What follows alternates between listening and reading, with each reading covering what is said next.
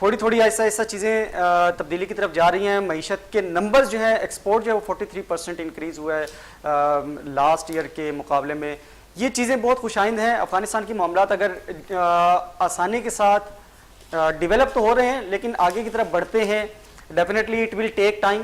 آگے کی طرف بڑھیں گے, چیزیں اچھی ہوں گی تو اس کا جو امپیکٹ ہے وہ ڈیفینیٹلی پاکستان کی معیشت کے اوپر ضرور آئے گا. ٹریڈ کے حوالے سے جیسے ہم پچھلے پروگرامز میں بھی کہہ چکے ہیں کہ افغانستان نے 50% ٹریڈز اوپن کروا دی ہیں اور اس کے اوپر بہت ساری آئٹمز ہیں, بہت سارے سیکٹرز کے اوپر جو ریڈکشن ہے ڈیوٹیز کی وہ بھی کی ہے. تو یہ بہت زبردست چیزیں ہوتی ہوئی نظر آ رہی ہیں. خاص کر کے اگر ہم بات کریں اسٹاک مارکیٹ کی صورتحال پر تو اسٹاک مارکیٹ کی جو صورتحال ہے, MSCI کا رزلٹ اوبیسلی بالکل ایج پر ہے, IPOز آ رہے ہیں, اچھی چیزیں ہو رہی ہیں مارکیٹ کے اندر, نمبرز اوپر کی طرف جاتے ہوئے نظر آ رہے ہیں. But again needs some consistency. Traders کی جانب سے بھی, انویسٹرز کی جانب سے بھی. انویسٹرز آئیں گے, جتنا انویسٹر آئے گا انویسٹر بیس بڑھے گی, معیشت پاکستان کے اسٹاک مارکیٹ کے نمبرز اوپر جائیں گے, لوگوں کا پیسہ اس کے اندر آئے گا, لوگوں کے لیے کاروبار کرنا آسان ہوگا. تو ڈیفینیٹلی معیشت کے لیے اس کا جو بیس ہے وہ اسٹرانگ بنتی ہوئی نظر آ رہی ہے. آج اگرچہ پاکستان کی معیشت میں جہاں یہ پہلے تقریباً 50% پارٹ پلے کرتا تھا, آج اگرچہ صرف 20% پارٹ پلے کر رہی ہے پاکستان اسٹاک ایکسچینج. اس کا ویکیوم اور اس کا جو والیوم ہے, اس کا والیوم کا بڑھنا بہت ضروری ہے. ہم امید کرتے ہیں کہ یہ تمام چیزیں پاکستان کے معیشت کے لیے بہتر ہوں. آنے والے دنوں میں کیا صورتحال ڈیولپ ہوگی اس کے اوپر ڈے بائی ڈے ہم انشاءاللہ اپنی ایکٹیویٹی کو بات کرتے رہیں گے. پروگرام کے اندر آپ کے ساتھ اپنی گفتگو کا سلسلہ جاری رکھیں گے. آج تک کے لیے مجھے اتنا ہی. مجھے دیجیے اجازت. اللہ حافظ.